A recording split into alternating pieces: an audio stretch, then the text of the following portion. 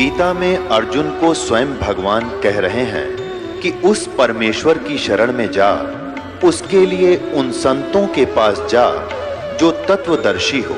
इसी प्रकार हजरत मोहम्मद को उनका अल्लाह कह रहा है कि कोई और पूर्ण परमात्मा है। उसको पाने के लिए उन तत्वदर्शी संत की तलाश कर। वो प्रभु कौन है, ये जानने के लिए कृपया अवश्य सुनिए जगत गुरु तत्वदर्शी संत रामपाल जी महाराज के अमृत वचन। सत साहिब दर्शकों, हर एक इंसान अपने जीवन में मानसिक शांति और समस्याओं से समाधान पाने की तलाश में कई रास्ते अपनाता है। इंदौर मध्य प्रदेश के किशोर जी ने भी कुछ ऐसा ही सफर तय किया। दरअसल किशोर जी को एक ऐसे संत की तलाश थी जो उन्हें सुकून और सही मार्गदर्शन दे सके। इसी की तलाश में ये विभिन्न गुरुओं की शरण में गए, पर सभी ने जो नाम जाप करने के लिए दिया, उन नामों के जाप करने से किशोर जी को शांति की अनुभूति नहीं हो पाई। दर्शकों, किशोर जी का यह सफर अपने अंतिम मुकाम तक तब पहुंचा जब इन्हें शांतिदायक परमेश्वर का अनमोल तोहफा रूपी पुस्तक ज्ञान गंगा प्राप्त हुई। जगत गुरु तत्वदर्शी संत रामपाल जी महाराज जी द्वारा लिखित उस पुस्तक में वर्णित सत्य भक्ति करने से न केवल किशोर जी को शांति प्राप्त हुई, बल्कि जीवन में कई चमत्कारिक लाभ भी मिले हैं। आज किशोर जी विकार मुक्त हो चुके हैं और अपनी सभी बीमारियों से निजात पा चुके हैं।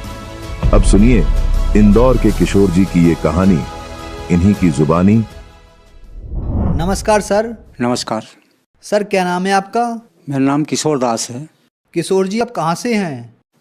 मैं एमपी के इंदौर से हूँ। किशोर जी, संत रामपाल जी महाराज से नाम दीक्षा आपने कब ली?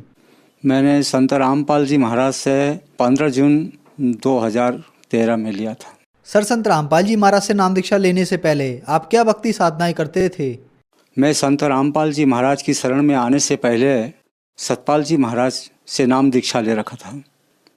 उनसे 1997 से लगा करके 2013 तक मैं उनके सानिध्य में नाम दीक्षा लेकर के भक्ति करता था। बाबा जय गुरुदेव से भी नाम दीक्षा ले रखा था मैं, और आसाराम बापू से भी नाम दीक्षा ले रखा था, और लक्ष्मण चैतन्य बापू से भी नाम दीक्षा ले रखा था, राधा स्वामी से भी नाम दीक्षा ले रखा था। लेकिन मुझे कहीं भी शांति नहीं मिली, और जहाँ भी गया मेरे को एक ही नाम, सभी के पास एक ही नाम मिला, और जहाँ भी जाए वहाँ उनके नाम में कोई मुझे शांति नहीं मिली। और मैं बार बार यही सोचता रहता था कि ऐसा कोई संत है जो कोई और अलग से नाम बताए कि एक ही नाम है, 5 नाम, ये क्या चीज़ है। हम एक नाम लेने में हमको दिक्कत होती है, और ये 5 नाम हम कब लेंगे। ये मेरे अंदर से ऐसा भाव उठता था कि क्या होगा, ये 5 नाम मतलब हम कब ले पाएंगे। कहा है कि अंत मता सो गता, जब अंत समय में जब प्राणी प्राण त्यागता है तो जिस नाम का स्मरण करता है उसी धाम को प्राप्त होता है। तो ये हम 5 नाम कब ले पाएंगे। तो ऐसी मुझे बहुत बार बार चिंता रहती थी कि ऐसा संत कौन होगा कि जो हमें भक्ति मार्ग, सही मार्ग बता सके और इससे हटकर कोई ज्ञान हो। सर, पहले आप सतपाल जी महाराज, आसाराम जी, जय गुरुदेव पंथ और राधा स्वामी पंथ में भी जुड़े हुए थे, तो फिर संत रामपाल जी महाराज की शरण में आप कैसे आए? सर, मैं संत रामपाल जी महाराज के शरण में ऐसे आया कि हमारे गांव में एक व्यक्ति था, वो ज्ञान गंगा पुस्तक पढ़ रहा था। तो मैं उनके घर के सामने से निकला तो मैंने उससे पूछा कि भाई कौन सी पुस्तक है। तो उसने कहा कि ये ज्ञान गंगा है।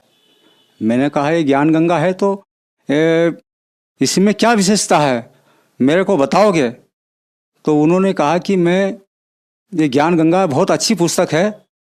मैं अमृतसर गया था, किसी संत रामपाल जी के शिष्य ने ट्रेन में ये पुस्तक सेवा की है, तो उन्होंने मेरे को भेंट स्वरूप दिया है और मैं अभी उसको पढ़ रहा हूँ। तो वो पुस्तक ज्ञान गंगा मैंने उससे ली और उसको मैंने पढ़ा। तो पढ़ते ही मेरा दिमाग घूम गया। मैंने कहा हे मालिक, ऐसा अमृत ज्ञान आज तक मैंने किसी पुस्तक में नहीं पढ़ा जो इस ज्ञान गंगा में पढ़ने को मिला है। आखिर इसका प्रवर्तक कौन होगा, इस पुस्तक को बनाने वाला कौन होगा। उसमें मैंने देखा कि इस पुस्तक में संत रामपाल जी महाराज का नाम था, और जैसे ही मैं उसका एड्रेस लिखा और उसमें मतलब पाया कि कहाँ पर मिलेगा ये ज्ञान, तो उन्होंने बताया कि बोले भैया ये सत्संग आता है संत रामपाल जी महाराज का, और आप देखोगे तो पता चल जाएगा। वैसे ही मेरे को तो बहुत जिज्ञासा थी इस ज्ञान की। जैसे ही मैं लगाया सत्संग, तो सत्संग लगाते ही आया कि कौन ब्रह्मा का पिता है, कौन विष्णु की माँ, और शंकर का दादा कौन है, हमको दे बताए। तो मेरा दिमाग घूम गया। मैं कहा हे मालिक, पहले तो पुस्तक में ये लिखा हुआ था इतना अच्छा ज्ञान, और ये और ज्ञान कहाँ से है। मेरे को और जिज्ञासा हुई कि कहाँ कब जाना चाहिए यहाँ इस ज्ञान को लेने के लिए। तो मेरे अंदर बार बार ये जिज्ञासा उत्पन्न होने लगी। उसके 4-6 दिन बाद मैं सतलोक आश्रम आया और सद्गुरु रामपाल जी महाराज से नाम दीक्षा लेकर कबीरपंथी होने का गौरव प्राप्त किया। तो सर, संत रामपाल जी महाराज से नाम दीक्षा लेने के बाद क्या आपको कोई लाभ भी मिले? सर, संत रामपाल जी महाराज से ज्ञान लेने के बाद में मेरे को सबसे बड़ा लाभ तो मोक्ष मार्ग का ज्ञान मिला। जी, जो ज्ञान से आज तक किसी भी संत ने नहीं बताया, क्योंकि उनका ज्ञान शास्त्रानुकूल नहीं था, और ये ज्ञान ऐसा अमृत ज्ञान था जो शास्त्रानुकूल था, मोक्ष मार्ग का ज्ञान था। सबसे बड़ा लाभ तो ये हुआ। और दूसरा लाभ ये हुआ, सद्गुरु रामपाल जी महाराज की शरण में आने से पहले मुझे दमा की बीमारी थी, और मैं अनेकों डॉक्टरों से इसका इलाज करवा चुका था। सभी डॉक्टरों के पास गया, लेकिन इसका इलाज सफल नहीं हुआ। मैं संत रामपाल जी महाराज से नाम दीक्षा लेने के बाद में वो बीमारी, डॉक्टर ने पहले तो मना बोल चुके थे कि ये बीमारी का कोई इलाज नहीं है, और आप कहीं भी चले जाओ इसका इलाज नहीं होगा। लेकिन मैं जैसे ही सद्गुरु रामपाल जी महाराज से नाम दीक्षा लिया, और नाम दीक्षा लेने के बाद में ये बीमारी ऐसे चली गई, मुझे पता भी नहीं चला कि मुझे कोई दमा की बीमारी है। और संत रामपाल जी महाराज की दया से आज मैं स्वस्थ हूँ, मुझे कोई दमा की बीमारी नहीं है। और मेरे अंदर लीवर की बीमारी भी थी। लीवर की बीमारी के लिए मैं कई डॉक्टरों के पास जा चुका था, उन्होंने भी मेरा इलाज किया, लेकिन इलाज करने के बाद में बार बार बिगड़ जाता था उनका इलाज, तबीयत खराब हो जाती थी। सभी डॉक्टरों ने मना बोल चुके थे कि आपका कोई इलाज नहीं होगा, लीवर का है। दवा गोली खा खा के परेशान हो गया था मैं। लेकिन जैसे ही सद्गुरु रामपाल जी महाराज के शरण में गया और नाम दीक्षा लिया, और उनके आशीर्वाद मात्र से ये मेरी लीवर की बीमारी ख़त्म हो गई। आज मैं पूर्ण रूप से सुरक्षित हूँ। मेरे परिवार में मेरी पत्नी, मेरे बच्चे, उनको भी मानसिक बीमारी होती रहती थी, और आज वो भी सद्गुरु रामपाल जी महाराज की कृपा से मैंने नाम दीक्षा लेने के बाद में वो भी पूर्ण रूप से स्वस्थ हैं।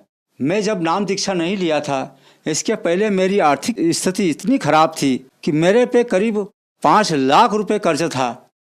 लेकिन जैसे ही मैं सद्गुरु रामपाल जी महाराज से नाम दीक्षा लिया, तो मेरी आर्थिक स्थिति भी पूर्ण रूप से बढ़िया हो गई। मेरे पास इंदौर में रहने के लिए कोई मकान नहीं था। सद्गुरु रामपाल जी महाराज की ऐसी दया हुई कि आज मेरे पास प्लाट है, और आगे से आगे मालिक सद्गुरु रामपाल जी महाराज की कृपा से मेरी सब व्यवस्था हो जाती है, मेरी सब तकलीफें दूर हो जाती है। इसके पहले मैं सद्गुरु रामपाल जी महाराज की शरण में आने से पहले मैं बीड़ी, सिगरेट, तंबाकू, गांजा, शराब सभी चीज़ों का सेवन करता था। कोई ऐसे धर्म गुरु नहीं है जिनकी शरण में जाने से मतलब व्यसन मुक्त हो जाए। मात्र एक ही संत ऐसे हैं जिनकी शरण में जाने से ये व्यसन समाप्त हो जाते हैं, और वो है संत रामपाल जी महाराज, जिनकी शरण में आने के बाद में पूर्ण रूप से इन व्यसनों से मुक्त हो चुका हूँ। क्योंकि संत रामपाल जी महाराज जो मंत्र देते हैं, उन मंत्रों में इतनी बड़ी शक्ति है कि मंत्रों के जाप से ही सारी बीमारियां दूर हो जाती है। सर, संत रामपाल जी महाराज से नाम दीक्षा लेने के बाद आपके दमे और लीवर की बीमारी ठीक हो गई, आपकी पत्नी की परेशानी भी ठीक हो गई और आपका नशा भी छूट गया और भी लाभ आपको प्राप्त हुए। तो जो श्रद्धालु आज आपको देख रहे हैं, आप उन्हें क्या संदेश देना चाहेंगे? मैं सभी भक्तात्माओं से मेरी हाथ जोड़कर विनम्र निवेदन है, इस संसार में पूर्ण सद्गुरु आए हैं। ऐसा दाव जो हमें मिला है वो बार बार नहीं आएगा, क्योंकि ये मनुष्य जन्म दुर्लभ है, मिले न दूजी बार। और पत्ता टूटा डाल से लगे न दूजी बार। ये मनुष्य जन्म बहुत दुर्लभ है। मानव के कल्याण करने के लिए सद्गुरु रामपाल जी महाराज आए हुए हैं और उनसे नाम दीक्षा लेकर अपने जीवन का कल्याण कराए। सर, संत रामपाल जी महाराज से नाम दीक्षा कैसे ले सकते हैं? संत रामपाल जी महाराज से नाम दीक्षा लेने के लिए चैनल पर सत्संग आता है। वो सत्संग के नीचे पट्टी पे जो नंबर लिखे होते हैं सतलोक आश्रम के, वो नंबरों के माध्यम से कांटेक्ट करके संत रामपाल जी महाराज से नाम दीक्षा ले सकते हैं। धन्यवाद सर। धन्यवाद। दर्शकों, अभी आपने सुने संत रामपाल जी महाराज से दीक्षा प्राप्त करके सुखी हुए भक्त के अनुभव। अब देखिए जगत गुरु तत्वदर्शी संत रामपाल जी महाराज के मंगल प्रवचन। एक पुस्तक है इनकी, पुस्तक धनी धर्मदास जीवन दर्शन। देखिए, इस पुस्तक की फोटोकॉपी है ये। 14वीं महंत गद्दी का परिचय। पुस्तक धनी धर्मदास जीवन दर्शन एवं वंश परिचय, पृष्ठ 49 पर लिखा है कि 13वें महंत दया नाम के बाद कबीर पंथ में उथल पुथल मची, काल का चक्कर चलने लगा। क्योंकि इस परंपरा में कोई पुत्र नहीं था, तब तक व्यवस्था बनाए रखने के लिए महंत काशी दास जी को चादर दिया गया। कुछ समय पश्चात काशी दास ने स्वयं को कबीर पंथ का आचार्य घोषित कर दिया तथा खरसिया में अलग गद्दी की स्थापना कर दी। यह देख तीनों माताएं रोने लगी कि काल का चक्कर चलने लगा। बाद में कबीर पंथ के हित में 2.5 वर्ष के बालक चतुर्बुद्ध साहिब को बड़ी माता साहिब ने गद्दी सौंप दी, जो गर्दमनी नाम साहिब के नाम से प्रसिद्ध हुए। अब सुन लेना, इनके सारे इतिहास दिखा दूंगा आपके सामने के सांग था यो। अब क्या हुआ, 13वीं पीढ़ी जब आ गई, इनका कोई बालक नहीं था। तो फिर क्या हुआ, एक काशी दास नाम के महंत को, भगत को चादर दे दी कि तू इस दामा खेड़ा की गद्दी ने संभाल ले। उनके फिर बाद में हो गया एक बालक। जब वो लड़का 2.5 साल का हो गया और काशी दास ने पता लग गया तेरी गद्दी खिसकेगी, ये बालक हो गया 10 वर्ष के बाद इसने बैठा देंगे 10-15 साल में। वो वहां से आप भाग गया और उसने खरसिया नामक शहर में जाकर अपने आप को आचार्य घोषित कर दिया कबीर पंथ का कि मैं उस गद्दी ने यहां ठा लिया। उधर से उन्होंने क्या सोचा, 2.5 साल के बालक को और गद्दी पे बैठा दिया। माता ने बेटा बैठा दिया महंत गद्दी पे और वो बन गया संत। उनका कक्का बेरा नहीं, इन्हों बैठा बैठा रखा है। और वो कौन बना, वो गर्द मुनि नाम साहिब, जो श्री प्रकाश मुनि साहिब के जो वर्तमान में गद्दी में बैठा दामा खेड़ा, उसका पूज्य पिताजी। अब उधर खरसिया का थोड़ा इतिहास उड़ा दूं। खरसिया से एक उदित नाम साहिब का एक संत ने आकर के काशी के अंदर लहर तारा तालाब जहां परमात्मा प्रकट हुए थे, वहां आकर अपना न्यारा चिमटा गाड़ दिया, वहां डेरा बना दिया। उस उदित नाम साहिब वाली गद्दी पर वर्तमान में एक अर्ध नाम साहिब, पहले विजय शास्त्री नाम था उसका, अब वो अर्ध नाम साहिब वहां गद्दी पर बैठा दिया। और उन का पता नहीं। उनसे प्रश्न करा किसी ने कि सृष्टि रचना सुनाइयो। ने बोले काल के आदेश से, परमात्मा के आदेश से काल ने 3 लोग रच दिए भैया सृष्टि रचना। अरे थारा गजब भैया, यह तो ऐसी सृष्टि रचना है जैसे एक लड़का इंटरव्यू देने गया था। इंटरव्यू लेने वाले ने कहा, पूछा भाई महाभारत याद है तेरे? कहा जी उंगलियां पे याद है मेरे। तो 500 पांडवों के नाम बता। उसने बताया जी एक सी भीम, एक सी ओदा वड्डा बिरा, एक होर सी, एक उस तो छोटा सी, एक दा नाम मैं भूल गया। वो बता दिए, वो सुना दी उसने 500 पांडवों के नाम। तो इनने ऐसी सृष्टि रचना सुना रखी है। और ये सदगुरु को, कबीर साहब को सदगुरु मानते हैं, परमात्मा को निराकार कहते हैं। ये बैठा रखा है इन्होंने। कबीर साहब को तो एक सदगुरु मानते हैं, सिर्फ एक संत, और वहां जाकर लीन हो जाते हैं उसमें, जैसे समुद्र में बूंद मिल जाती है। अब गर्द मुनि नाम साहिब के थोड़े से वचन दिखा दूं आपने, आपका विश्वास हो जाएगा सचमुच इन सब ने बैठा रखा है। ये देखिएगा, एक ये पुस्तक है सदगुरु कबीर की जीवन धारा।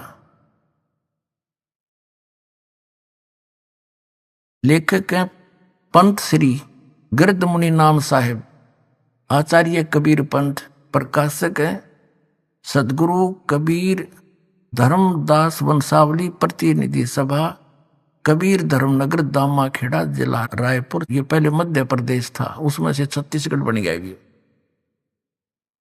अब ये पुण्यात्माओं, ये 13वीं गद्दी में उथल पुथल होगी। ये आप पहले करे हैं धर्मदास व जीवन दर्शन पुस्तक में, और उसमें सुमरण गह शरण 42 वंश के में कि परमात्मा की वाणी है कबीर साहब की कि 7वां 11वां और 13वां इनको काल ठगेगा। जब 7वां ठग लिया, आगे खाक रहेगा इनके पास। जब उड़द बिगड़ ली सारी कहानी, रही खीन ने बिगाड़ दिया काम, फिर बाकी क्या नहीं। अब इसमें दिखाता हूं आपको इस पुस्तक में। ये है श्री गर्द मुनि नाम साहिब, देखिएगा। ये है सदगुरु कबीर साहब की जीवन धारा नामक पुस्तक है, और इसके लेखक हैं पंत श्री गर्द मुनि नाम साहिब, आचार्य कबीर पंथ।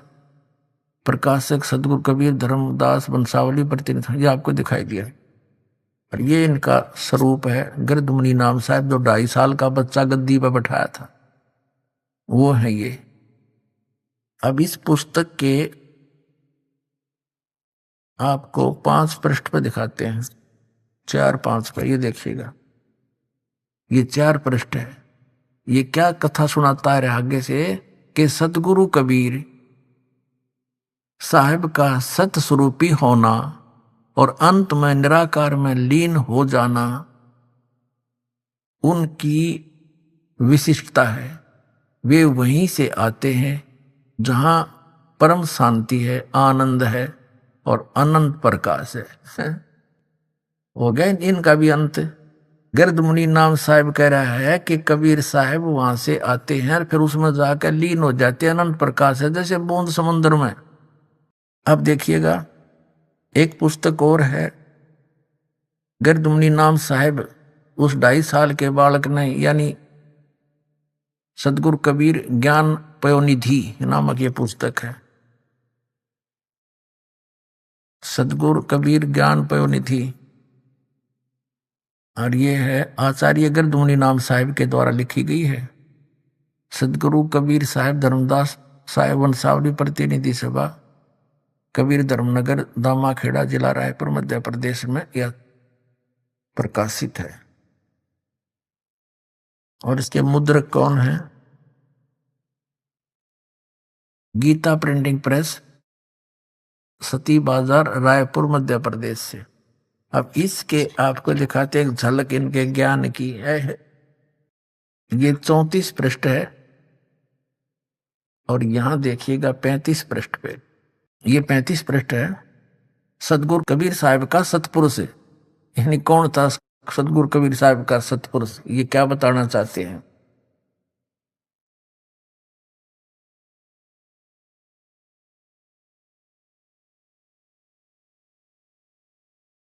यहां इन्होंने क्या किया है कि अध्यात्म विद्या ब्रह्म की विद्या है, ये गिरद मुनि नाम साहिब कह रहे हैं। और यह ब्रह्म समस्त पिंड और ब्रह्मांड में समभाव में अनुस्यूत है यानी फैला है। यही ब्रह्म चराचर का मूल तत्व है। समस्त भारतीय मनीषियों ने इस गुणमय जगत पर विचार करके यह निष्कर्ष निकाला है कि इसमें दो अत्यंत स्पष्ट तत्व हैं। पहला जगत का मूल तत्व जो सत्य शाश्वत सदा एक रस चेतन और इंद्रिया अतीत है। दूसरा जगत का बाह्य स्वरूप जो असत्य परिवर्तनशील। ये 36 पृष्ठ पे नासवान जड़ और इंद्रियों के विषय हैं। इस मूल तत्व को भारतीय दर्शन में ब्रह्म के नाम से घोषित किया गया और इसी परम तत्व को सतगुरु कबीर साहिब ने सतपुरुष के नाम से संबोधित किया है। यह सतपुरुष सर्वतर एक रस रहता, इसकी सत्ता नित्य रहती है। अब आगे इसके ज्ञान का अंत है। ब्रह्म को ही कबीर साहब ने सतपुरुष बताया है। देखिए डबो रखा देश का देश इन्होंने। ब्रह्म क्या है? ब्रह्म तो यु काल है, ज्योत स्वरूपी निरंजन है और सतपुरुष परम अक्षर ब्रह्म है, जो गीता जी में भी कहा है। गीता ज्ञानदाता ब्रह्म खुद कह रहा है कि अर्जुन तू सर्वभाव से उस परमेश्वर की शरण में जा, उसकी कृपा से तू परम शांति को और सनातन परम धाम को प्राप्त होगा। अरे ये नो कहे कबीर साहब तो उसमें जाकर लीन हो जाते हैं फिर चेतन प्रकाश में। और फिर कबीर साहब ने ब्रह्म को ही सतपुरुष बताया है। वर्तमान में जो वो बैठे हैं प्रकाश मुनि नाम साहेब, उनके गुरुजी हैं और उसके पिताजी हैं उनके। वर्तमान वाले के ये पिताजी जिनका यू ज्ञान है तो बेटे का क्या ज्ञान होगा? वही ज्ञान जो का तो इसका है। इसके सत्संग सुने, उसके प्रवचन पर रखे उसने न्यू का न्यू वही एज इट इज उसने सारा वर्णन कर रखा है। तो बैठा दिया ना पूरे मानव समाज का। अब इसी पुस्तक के सदगुरु कबीर ज्ञान पयोनिधि के 185 पृष्ठ पर दिखाते हैं आपको इनकी अकल। ये 184 है, पुस्तक वही है। और यहां देखिएगा, यहां पर ये है सदगुरु कबीर साहब का व्यक्तित्व। किसे थे वह, कौन थे? सत्य तो यह है कि सतगुरु शासन व्यक्ति प्रधान ही नहीं, वह तो विचार प्रधान है। पार्थिव कलेवर धारण के निर्मित से सदगुरु कबीर साहब एक मानव मात्र हैं, किंतु सत्य स्वरूपी होने के नाते वे केवल विश्व अनुभूति स्वरूप ही है। यही उनके जीवन का लोकोत्तर स्वरूप है। कबीर साहब एक मानव मात्र है। ठीक है, आपके समक्ष हो गया कि इन दामा खेड़ा वालों का के ज्ञान है। इनके जो वर्तमान में महंत है उसके पूज्य गुरुदेव और पूज्य पिताजी ये क्या बताते हैं? ब्रह्म को सतपुरुष बताते हैं। कबीर साहब ने ये बताया। कबीर साहब उस परमात्मा में जाकर लीन हो जाते हैं। और परमात्मा कैसे है? धर्मदास जी ने सतलोक देखा, वापस आकर बताया कि वो परमात्मा मनुष्य दृश्य है। जो काशी में स्वयं आए हुए थे कबीर नाम थे, जुल्हा नाम से, खुद सतपुरुष है। आपके रूबरू कबीर सागर में किया था। तो पुण्यात्माओं इन्होंने खाकसा ना परमात्मा को। अब जो नाम दास आपको देता है और जिससे मोक्ष होना है, जो धर्मदास जी को प्राप्त हुआ था, वो इन्होंने इस मूल संध्या पाठ में ये डेली पढ़ रहे हैं। जिन पुण्यात्माओं को दास से ये तीनों मंत्र प्राप्त हैं, सतनाम 2 अक्षर का, इसमें एक ओम है, एक गुप्त है और एक तीसरा सार नाम, सार शब्द आदि नाम से कहते हैं, वो प्राप्त है। वो इसमें आसानी से पढ़ते ही समझ जाएंगे कहाँ कहाँ है। लेकिन आप जो नए भक्त आए हैं उनके लिए एक अलग से प्रमाण सिद्ध होगा कि ये कबीर साहब की वाणी क्या कहती है, धर्मदास जी की वाणी क्या कहती है, के जाप करना चाहिए और करते क्या है। ये देखिए, ये मूल संध्या पाठ है। ये पुस्तक है मूल संध्या पाठ। संरक्षक हैं पंडित श्री 108 हजूर प्रकाश मुनि नाम साहब, जो वर्तमान में गद्दी पर बैठे आचार्य कबीर पंथ। टीकाकार हैं डॉक्टर पार्शनाथ सिंह, प्रकाशक हैं श्री सतगुरु कबीर धर्मदास साहेब वंशावली, प्रतिनिधि सभा दामाखेड़ा, जिला रायपुर, छत्तीसगढ़। ये प्रकाशक ये वही है नो का नो। ये कहाँ से छपी है? मुद्रक हैं Vijay Lakshmi offset, 1393, Priyadarshini polytechnic college के पास, लेआउट नागपुर, इतने थे। अब देखो 32 पृष्ठ पे ये जो करते हैं ना अदर नाम अमर नाम, इसमें स्पष्ट लिखा है कि सतपुरुष का नाम अजर है, अमर है, उसका कभी विनाश नहीं होता, कभी अक्षय नहीं होता। यही शाश्वत तत्व सतगुरु कबीर साहब स्वयं है, जो सोहम रूप में सदा सर्वदा परम सत्य के रूप में विराजमान है। अब देखना ये कहते दिखत के तैन चश्मिन का फिरा मोतिया बंदरे।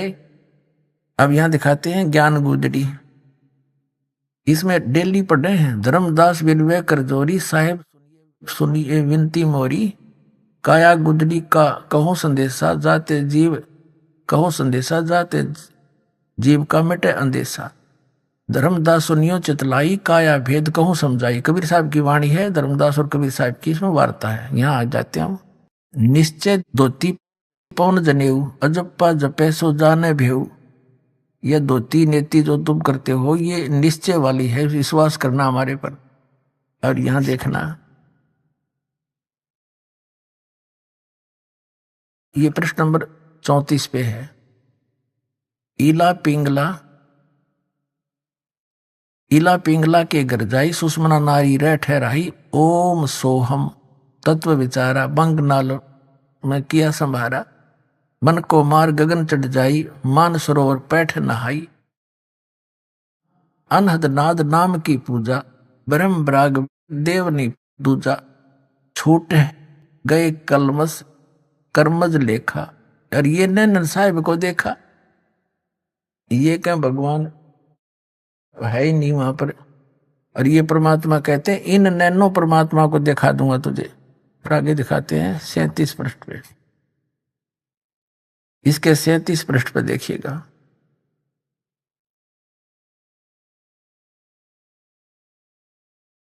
क्या बताते हैं? योगी लोग सुषमना सवर के, ये अनुवाद इनका अपना है, मालिक की वाणी का ये सही नहीं, के सहारे ओम एवं सोहम तत्व का विचार करके बंक नाल में प्रवेश करते हैं। ये अनुवाद कर रहे हैं उस वाणी का जो दास ने पढ़ कर सुनाइए। साधक अपने मन को मारकर सुन शिखर चढ़ जाते हैं तथा सतलोक में मान सरोवर में बैठकर मलमल कर स्नान करते हैं। ऐसे विवेकी संत गगन मंडल में प्रवेश कर अनहद नाद को सुनते हैं और सतनाम की पूजा करते हैं। ये सतनाम में ये 2 अक्षर का है, नन्योना वेरा, सतनाम की पूजा करते हैं। सतनाम का श्रवण करने से मन वचन और शरीर के द्वारा किए गए शुभ अशुभ कर्मों के कारण उत्पन्न विष विकार से मुक्ति मिल जाती है। अब देखो परमात्मा की उस वाणी का इसने अनुवाद यहां किया है जो इसमें लिखा है 34 पृष्ठ पर भी आपको पढ़ के सुना से। परमात्मा की वाणी है। अष्ट कमल दल चक्कर सूझे, योगी आप से बूझे। इला पिंगला के घर जाई, सुषमना नार रह ठहराई। ओ हम सोम तत्व विचारा, बंक नाल में किया संभारा। और मन को मार गगन चढ़ जाई, मान सरोवर बैठे नहाई। आनंद नाद नाम की पूजा। इसका अनुवाद इन्होंने यहां किया है। और ये मंत्र यही सतनाम है। ये केवल सतनाम को ही मंत्र मानते हैं कि कोई सतनाम, वो सतनाम इनका कौन सा है? अजर नाम, अमर नाम, पाताले सब सिंधु नाम, यही हंस का काम, वो इनका सतनाम है। सतनाम ये 2 अक्षर का है। परमात्मा कहा करते मोती मुक्ता दर्शत नाही, ये जग है सब अंदरे। दिखत के तो नैन चश्मे, इनका फिरा मोतिया बंदरे। इनका मोतिया बंद हो रहा था ज्ञान का। अब ये कबीर साहब की वाणी है। ये क्या बता रही है? डेली पाठ करेंगे। ये देखिएगा, ये 27 पृष्ठ है इन्हीं का, उसी का। ये प्रतिदिन जो करते हैं ना, ये मूल संध्या पाठ की ये पुस्तक जो अभी आपको दिखाई थी, इसके 27 पृष्ठ पर देखना। चेतावनी। सत का शब्द सुन भाई, फकीरी अदल बादशाही। साधु बंदगी दीदार, सहज उतरे सायर पार। सो हम शब्द सो कर प्रीत, अनुभव अखंड घर को जीत। तन में खबर कर भाई के जा मैं नाम रोशनाई। अब यह है इनके पास कि दसो हम नाम। आगे देखो, यहां दिखाते तो आगे 28 पृष्ठ पे, ये 28 पृष्ठ है मूल संध्या पाठ का। यहां क्या बताया नीचे, सोहम शब्द अजप्पा जाप, जहां कबीर साहिब आप ही आप। और फिर 29 पे पढ़ते डेली ये, जागृत रूपी रहत है सतमत गैर गंभीर। अजर नाम बिन से नहीं सो हम सत कबीर। फिर उनके अनुवाद किया इस पिछली पंक्ति का, इसका इन अनुवाद की साडंगा किया है। हे भाई सतनाम शब्द का श्रवण करो, श्रवण सुन लो इसको। और फकीरी वह वस्तु है जो बादशाहों पर भी अपना शासन जमाती है। सोहम शब्द का अभ्यास प्रेम पूर्वक करने से निज स्वरूप का अनुभव होता है, निज घर सतलोक की प्राप्ति होती है। इसका अर्थ तो कुछ और है, पर इन नडंगा चढ़ाए रखे था।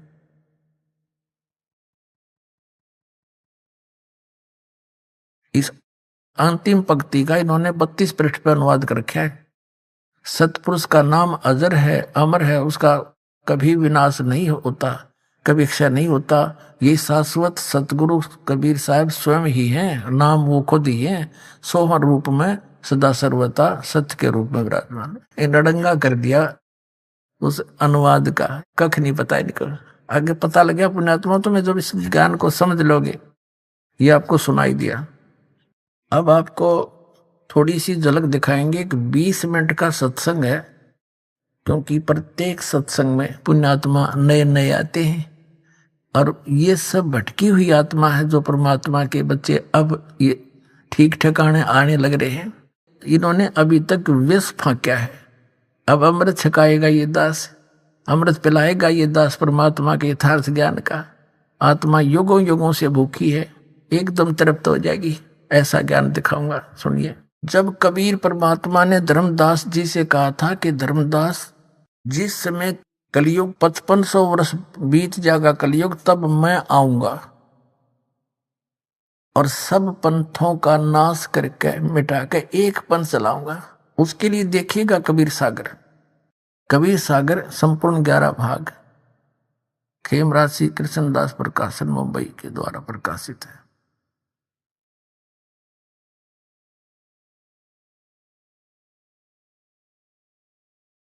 ये संपूर्ण 11 भाग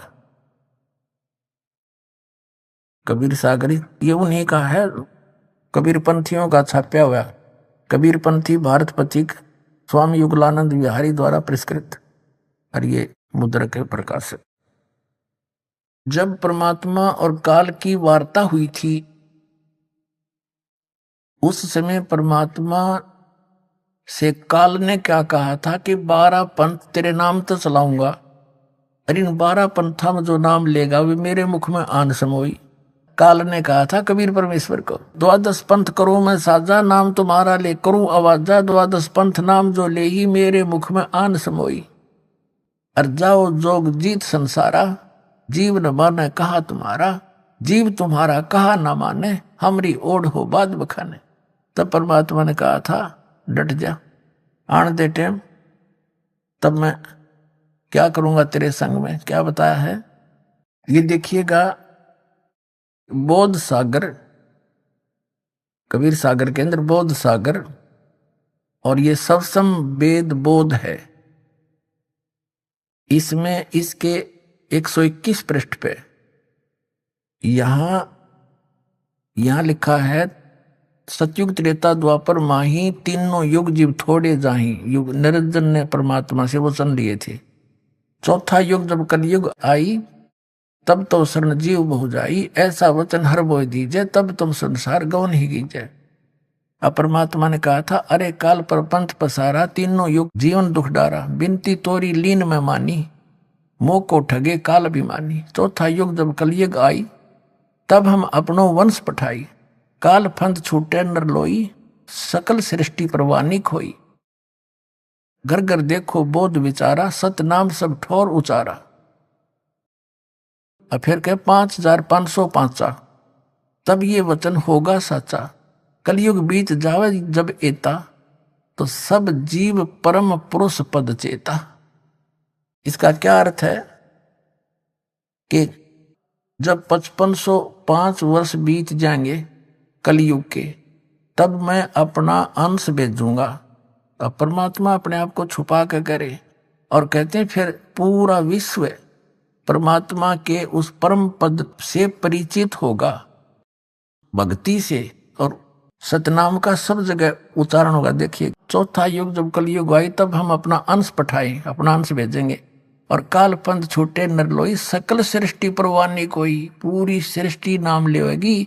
और घर घर देखो बोध विचारा, घर घर परमात्मा की महिमा का विचार होगा, ज्ञान का। और सतनाम सब ठोर उचारा, सब जगह सतनाम का दिया जाएगा, सब जाप किया करेंगे। और कलयुग 5505, जब ये वचन होगा साचा, कलयुग बीत जाए जब एता, सब जीव परम पुरुष पद चेता, यानी सभी जीव उस परमात्मा के परम पद के परिचित हो जाएंगे। अब पहले आपको दिखाते हैं वो 12 पंथ कौन कौन से हैं और कौन से पंथ में परमात्मा ने स्वयं आने के लिए कहा है। देखिएगा, ये है कबीर बानी नामक एक चैप्टर है, कबीर सागर में अध्याय है, बोध सागर खंड है, कबीर सागर ग्रंथ है और कबीर बानी अध्याय है। इसके 136 पृष्ठ पे यहां देखिएगा, द्वादश पंथ चलो सो भेद। क्या बताया है कि द्वादश पंथ काल फुरमाना और भूले जीव न जाए ठिकाना, ताते आगम कह हम बाख्या, वंश हमारा चूड़ामणि शाखा। प्रथम जग में जागो बरमावे, बिना भेद वो ग्रंथ चुरावे। दूसर सुरत गोपाल होई, अक्सर जो जोग दृढ़ावे सोई। तीसरा मूल निरंजन, चौथा पंथ टकसार और पांचवा पंथ बीज का लेखा। फिर सतनामी पंथ, फिर जीवा का पंथ, राम कबीर पंथ, फिर यो परमधाम की वाणी पंथ, ये चलेंगे। अब ये तो यहाँ इन्होंने प्रथम पंथ चूड़ामणि को नहीं दिखाया, प्रथम जागू दिखा दिया, ये गलत कर रखे ना। और यहाँ देखना, ये है कबीर चरित्र बोध नामक ये चैप्टर है, अध्याय है। इसके एक 1870 पृष्ठ पे, ये 1870 पृष्ठ, यहाँ 12 पंथों को गद्य भाग में लिखा है। कबीर साहब के पंथों का वर्णन, प्रथम नारायण दास जी का पंथ लिख दिया इन्होंने, और दूसरा जागूदास। और यहाँ लिख रखा है न प्रथम जागूदास। देखो यहाँ इस कबीर बानी चैप्टर में 136 पृष्ठ पे प्रथम लिख दिया जागूदास, यहाँ चूड़ामणि को निकाल दिया, ये प्रथम चूड़ामणि है। अब हम आगे 1870 पृष्ठ पे कबीर चरित्र बोध में,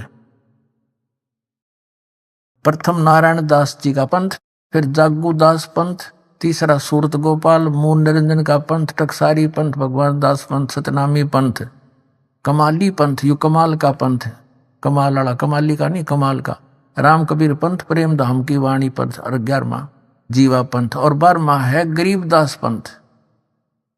यू 12वां पंथ याद रखो, ये गरीबदास पंथ है। ठीक है, यहाँ क्लियर है गद्य भाग में, और ये है पद्य भाग कबीर वाणी 136 पृष्ठ पे,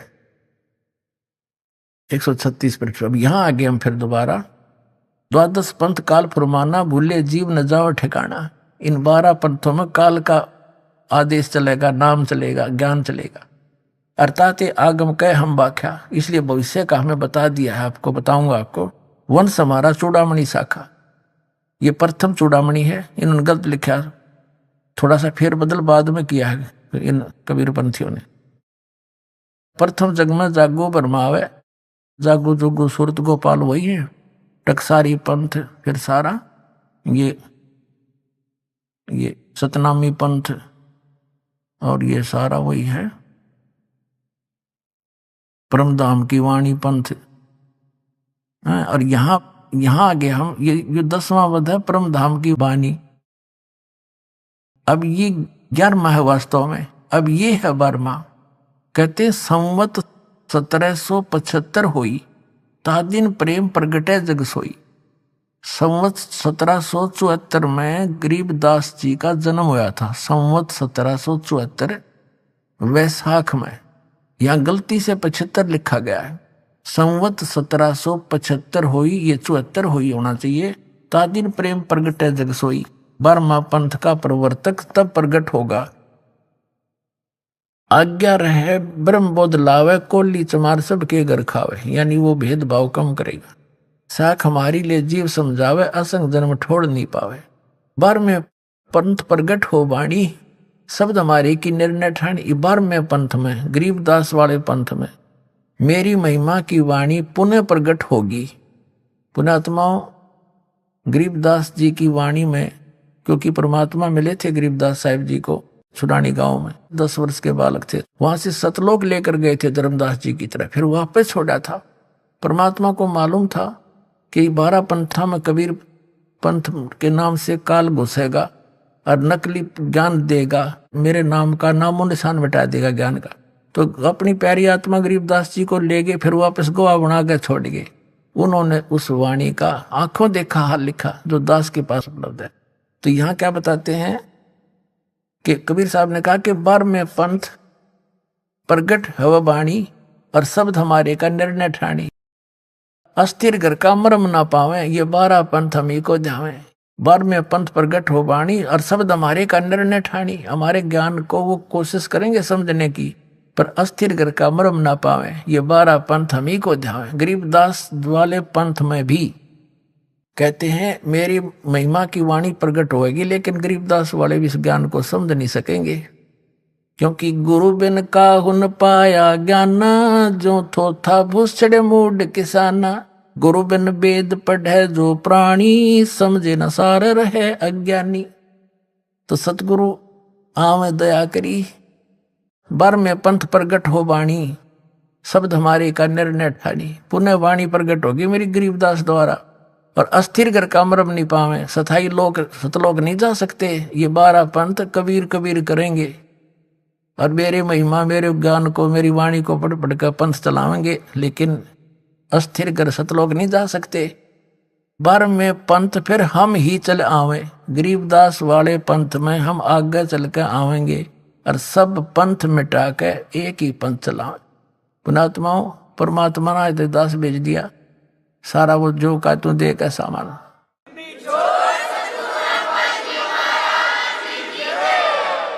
और इस दास का निकास गरीबदास पंथ से है। मेरे पूज्य गुरुदेव जी गरीबदास पंथ से संबंधित थे। उन्होंने मुझे ये सारा ज्ञान दे करके कह दिया था, बेटा मेरे जाने के बाद यहाँ मत आना वापस, यहाँ कुछ नहीं है छुड़ानी में, ये सारे अभिमानी जीव हैं, तेरे को लेना था हमने आगे, या जोत के जोत जगानी थी, बस इतना ही काम था यहाँ तो।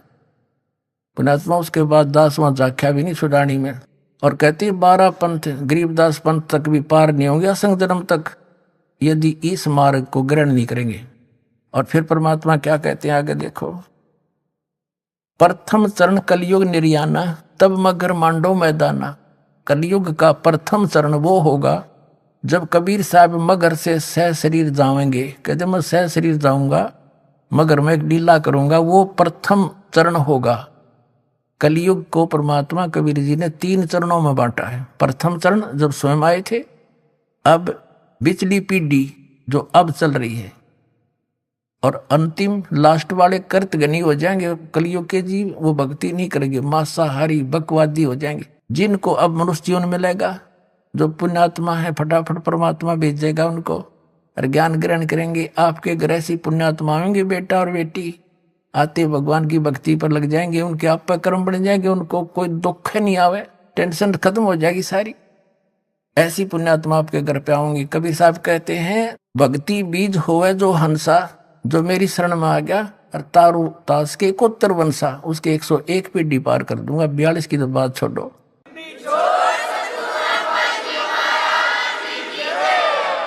अब यह हम कबीर बानी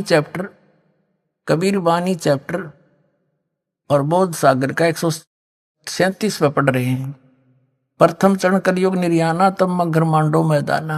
अब यहाँ कहते हैं 5505 तब ये शब्द होगा साचा। जब 5505 वर्ष कलयुग बीत जाएगा तब ये बात मेरी साची होगी धर्मदास, तब तक तो यह ना जच्चा किसी के। अब देखो फिर कहते हैं धर्मदास मेरी लाख दुहाई, ये मूल ज्ञान है, भूल नहीं। मूल ज्ञान कहीं बाहर ना जाई, पवित्र ज्ञान तुम जग में भाखो, मूल ज्ञान तुम गुप्ती रखो, गोई रखो। मूल ज्ञान बाहर जो पढ़ी, ये बिचली पेढ़ी हंस नी तरही। 33 अरब ज्ञान हम भाख्या, मूल ज्ञान गुप्त ही रख्या, गोई रख्या। और मूल ज्ञान तुम तब तक छुपाई जब लग 12 पंथ मिटाई। ओए अभी आपने सुने संत रामपाल जी महाराज के मंगल प्रवचन। आइए अब सुनते हैं संत रामपाल जी महाराज से नाम दीक्षा लेकर सतभक्ति करके अद्भुत लाभ प्राप्त करने वाले अनुयायी के विचार। इस दुनिया में जब तक इंसान सच्चे ज्ञान से वंचित रहता है, तब तक वह अंधविश्वास और गलत धारणाओं के जाल में फंसा रहता है। इंसान अपने दुखों का अंत ढूंढने के लिए न जाने कितने रास्ते अपनाता है, पर समाधान कहीं दिखाई नहीं देता। आज हम आपको एक ऐसे ही व्यक्ति की कहानी सुनाने जा रहे हैं जिन्होंने वर्षों तक इसी भटकाव और अंधकार में जीवन बिताया है। यह कहानी है आजमगढ़, उत्तर प्रदेश के चंद्रजीत प्रजापति की। इन्होंने कई साल तक पारंपरिक पूजा साधनाएं की, बहुत जगहों पर धक्के खाए और प्रेत बाधाओं से परेशान रहे। प्रेत बाधा के कारणवश ही एक भयानक दुर्घटना में इनके पिताजी की मृत्यु भी हो गई। इनके जीवन में एक बड़ा मोड़ तब आया जब इन्हें तत्वदर्शी संत रामपाल जी महाराज जी द्वारा लिखित पवित्र पुस्तक ज्ञान गंगा मिली। इस पुस्तक को पढ़ने के बाद इनके जीवन की दिशा बदल गई। चंद्रजीत जी ने अपने शारीरिक रोग के इलाज के लिए कई अस्पतालों का चक्कर लगाया, लेकिन कोई भी इलाज कारगर साबित नहीं हुआ। अंततः इन्होंने संत रामपाल जी महाराज से नाम दीक्षा ली और चमत्कारिक रूप से 12 साल पुरानी बीमारी ठीक हो गई और 25 साल पुरानी भूत बाधा जिससे ये बेहद परेशान थे, वो भी संत जी की कृपा से समाप्त हो गई। तो आइए सुनते हैं चंद्रजीत प्रजापति की दुख भरी कहानी इन्हीं की जुबानी। नमस्कार सर। नमस्कार सर। सर क्या नाम है आपका? हमारा नाम जी चंद्रजीत प्रजापति है।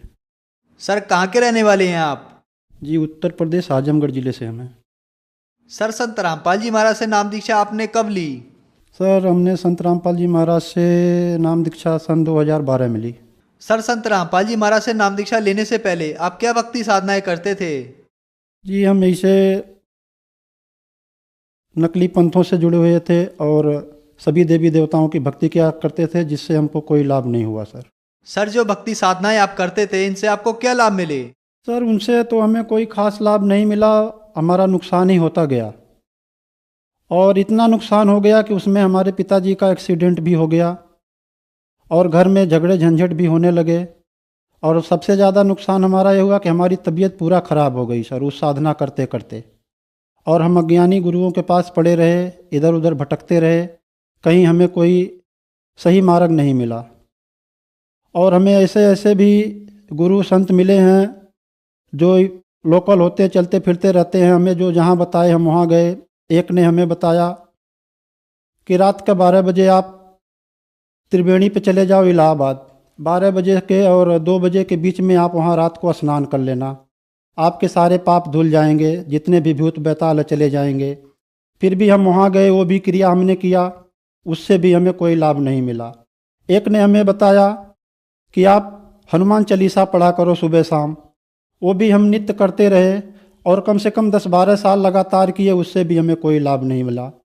एक ने बताया आप मैहर देवी चले जाओ, हम वहाँ भी गए, दर्शन भी किए, पूरे परिवार के साथ में गए, सर हमें भी वहाँ से कोई लाभ नहीं मिला। ऐसे हमने बहुत जगह धक्के खा लिए, फिर भी हमें कोई लाभ नहीं मिला। और सर हमें भूत प्रेत की ज़्यादा परेशानी थी, भूतों ने हमें परेशान बहुत कर रखा था और हमारे पूरे परिवार को परेशान कर रखा था। कभी हमारी तबीयत खराब होती है तो कभी बच्चों की, कभी हमारे धर्मपत्नी की, कभी माँ की, कभी पिताजी की। और भूतों ने ही हमारे पिताजी को एक्सीडेंट में मरवा दिया। जितने भी संत गुरु हमें नकली मिले, इन लोगों से जो भी हमें ज्ञान बताया, मंत्र दिया, इनसे हमें कोई भी लाभ नहीं मिला और हम दलदल में भटकते चले गए, धंसते चले गए। सर आपने बताया कि आप जो भक्ति साधनाएं करते थे उनसे आपको कोई लाभ नहीं मिला, आपको भूत प्रेतों की बहुत समस्याएं थी। भूत प्रेतों की समस्या की वजह से आपके पिताजी का एक्सीडेंट हो गया, उनकी मृत्यु हो गई। फिर आपको किसी संत ने बताया कि आप त्रिवेणी चले जाइए और रात 12 बजे से 2 बजे तक गंगा में स्नान कीजिए। आपने वो भी करा, आपने सभी उपाय कर लिए, आखिर में आप हार कर बैठ गए कि अब इस समस्या का समाधान नहीं हो सकता। तो फिर संत रामपाल जी महाराज की जानकारी आपको कैसे मिली?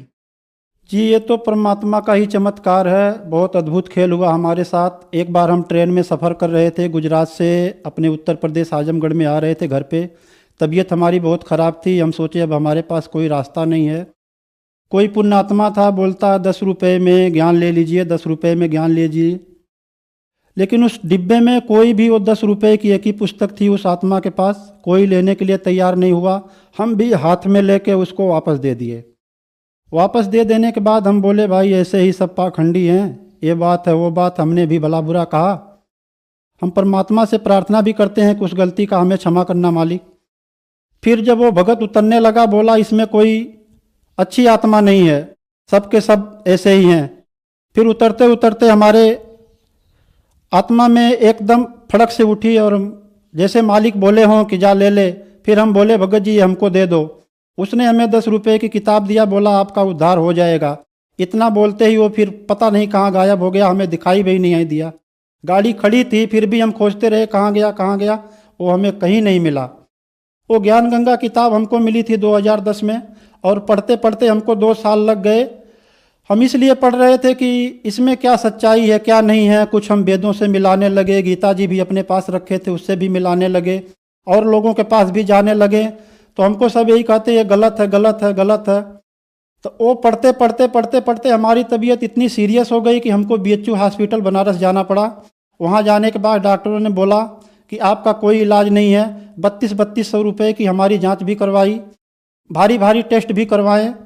और हम गुजरात में भी रहते हैं, वहाँ भी हमको मोरबी ज़िले में भी दिखाया गया, राजकोट में भी दिखाया गया, बड़े बड़े डॉक्टरों से दिखाया गया, लेकिन हमारा समाधान कहीं नहीं हुआ। वो किताब को लेके हम घर से निराश होके मैं बोला कि अब हमारी मृत्यु निश्चित है। उस किताब को लेके, एड्रेस को लेके हम फ़ोन करके सतलोक आश्रम में हम पहुँचे। अंदर गए, अंदर जाते ही हमको मालिक से नामदान मिला। तो फिर सर संत रामपाल जी महाराज से नाम दीक्षा लेने के बाद आपको क्या लाभ मिले?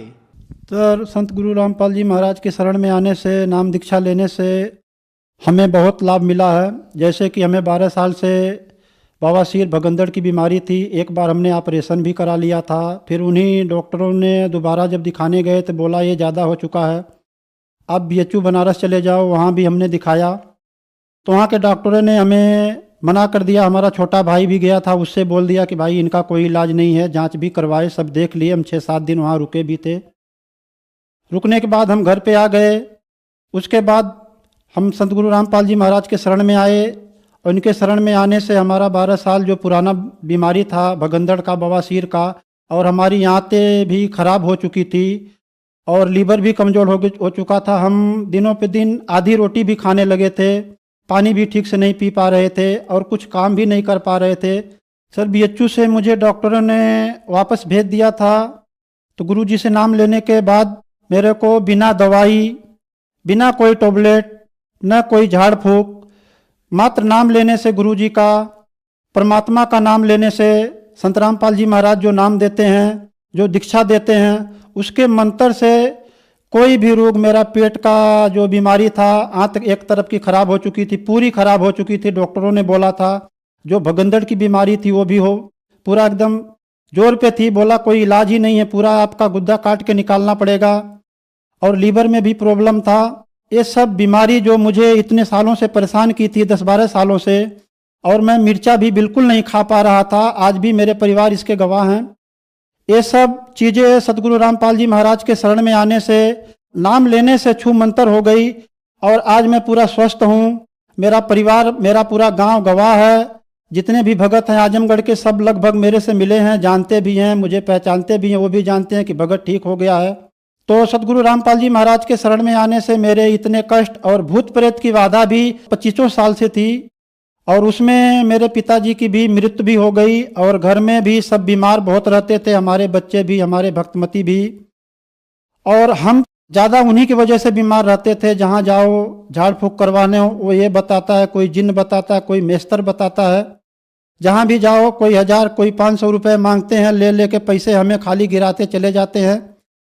और वो सब बीमारी से जूझते जूझते हमें जब गुरु जी का मंत्र परमात्मा कबीर साहब संत रामपाल जी महाराज के रूप में आए हुए हैं, उनसे नाम दीक्षा लिया, तो ये सारी समस्या हमारी भूतों प्रेतों की चुटकी में परमात्मा ने दूर कर दिया। आज हमारा शरीर पूरा फुला हुआ है, हम खुश हैं, पूरा परिवार हमारा सुखी है और पूरे परिवार सहित हम संत रामपाल जी महाराज के शरण में हैं। हमें आज कोई दुख नहीं है, ना कोई दवाई लेते हैं, ना कोई खाते हैं। कभी अभी जब से हमने 2012 में नाम लिया था उसके बाद आज तक हमने कोई दवाई नहीं खाई और ना हमारा परिवार कोई दवाई खाया है और आज हम पूरा सुखित हैं संत रामपाल जी महाराज के शरण में आके नाम दीक्षा लेके। सर, आपने बताया कि आपको 12 साल से बवासीर की बीमारी थी, आपने इलाज भी कराया, आपको भगंदर हो गया, आपकी एक आंत खराब हो गई, आपका गुर्दा भी खराब था, लीवर भी कमजोर था, आप में बीमारियां थीं। डॉक्टर ने आपको मना कर दिया था कि आपको घर ले जाया जाए और सेवा करें। फिर आप संत रामपाल जी महाराज की शरण में आए। संत रामपाल जी महाराज ने आपको इन बीमारियों से छुटकारा दिलाया और जो आपको 25 साल से भूत प्रेत की समस्या थी, जिसकी वजह से आपके पिताजी की मृत्यु हो गई थी, उससे भी संत रामपाल जी महाराज ने आपको छुटकारा दिलाया। इस बात का गवाह आपका पूरा गाँव है। तो जो श्रद्धालु आपको टीवी पर देख रहे हैं, आप उन लोगों को क्या संदेश देना चाहते हैं? क्या वो लोग भी ठीक हो सकते हैं संत रामपाल जी महाराज से नाम दीक्षा लेने के बाद? उनको आप क्या कहना चाहते हैं? जी, हम सभी श्रद्धालुओं के भक्तात्माओं को जो इधर उधर भटक रहे हैं और ऐसे ऐसे गुरुओं के पास जाके अपना मूल जीवन जो गंवा रहे हैं, हमने भी बहुत भटका है, बहुत जगह जगह हमने गए हैं। हमें जो जहाँ बताया है वहाँ गए हैं। हमें कोई बताया कि आप द्वारिका चले जाओ, हम द्वारिका भी गए हैं। कोई बताया सोमनाथ चले जाओ, हम वहाँ भी गए हैं। कोई बताया आप त्रिवेणी पे चले जाओ, संगम में इलाहाबाद, वहाँ भी हमने रात को भी गए हैं। ऐसे ऐसे हम बहुत प्रमाण बताते हैं। बिहार हम गया में भी गए हैं। कोई बताता बैजनाथ चले जाओ, आपकी सारी समस्या दूर हो जाएगी। रात रात भर हमसे कोई संत ऐसे मिले हैं जो जाप करवाए हैं। हम बहुत जगह भटके हैं। तो आप लोगों से प्रार्थना है कि आप लोग भी ऐसे ऐसे जगह मत जाइए, यहाँ से आपको भी लाभ नहीं मिलेगा, छुटकारा आपका नहीं होगा। और आप लोगों से हम प्रार्थना करते हैं कि आप शास्त्रों को पहले सतगुरु रामपाल जी महाराज जो हैं इनके किताबों को पढ़िए, देखिए, समझिए, शास्त्रों से मिलाइए, फिर आप देखिए। और टीवी पे भी आप देखते हैं कि रोज चैनल पे परमात्मा सतगुरु रामपाल जी महाराज का सत्संग आता है, उस पे आप देख के विश्वास कीजिए। जैसे हमारे रोग ठीक हुए हैं, आप लोगों का भी ठीक हो सकता है। परमात्मा सब पे दया करते हैं, आप पे भी करेंगे। और इधर उधर भटकने से अच्छा है कि परमात्मा आए हैं, आप लोग आएँ, नाम दीक्षा लें और भक्ति करें, अपना कल्याण कराएं। हम आपसे यही प्रार्थना करते हैं। सर, संत रामपाल जी महाराज से नाम दीक्षा कैसे ली जा सकती है? सर, सतगुरु रामपाल जी महाराज का सत्संग बहुत टीवी चैनलों पे आता है। उसके नीचे पट्टी आती है, उस पर बहुत सारे नंबर लिखे होते हैं। उन नंबरों को आप मिला के आप अपने ही जिले में नज़दीकी जहाँ सेंटर बने हैं परमात्मा सतगुरु रामपाल जी महाराज का, वहाँ संपर्क करके आप वहीं से नाम दीक्षा प्राप्त कर सकते हैं। घर बैठे आप भक्ति कर सकते हैं, सारे सुख परमात्मा आपको देंगे। नाम दीक्षा लें और अपना कल्याण कराएं। धन्यवाद सर। सत साहिब।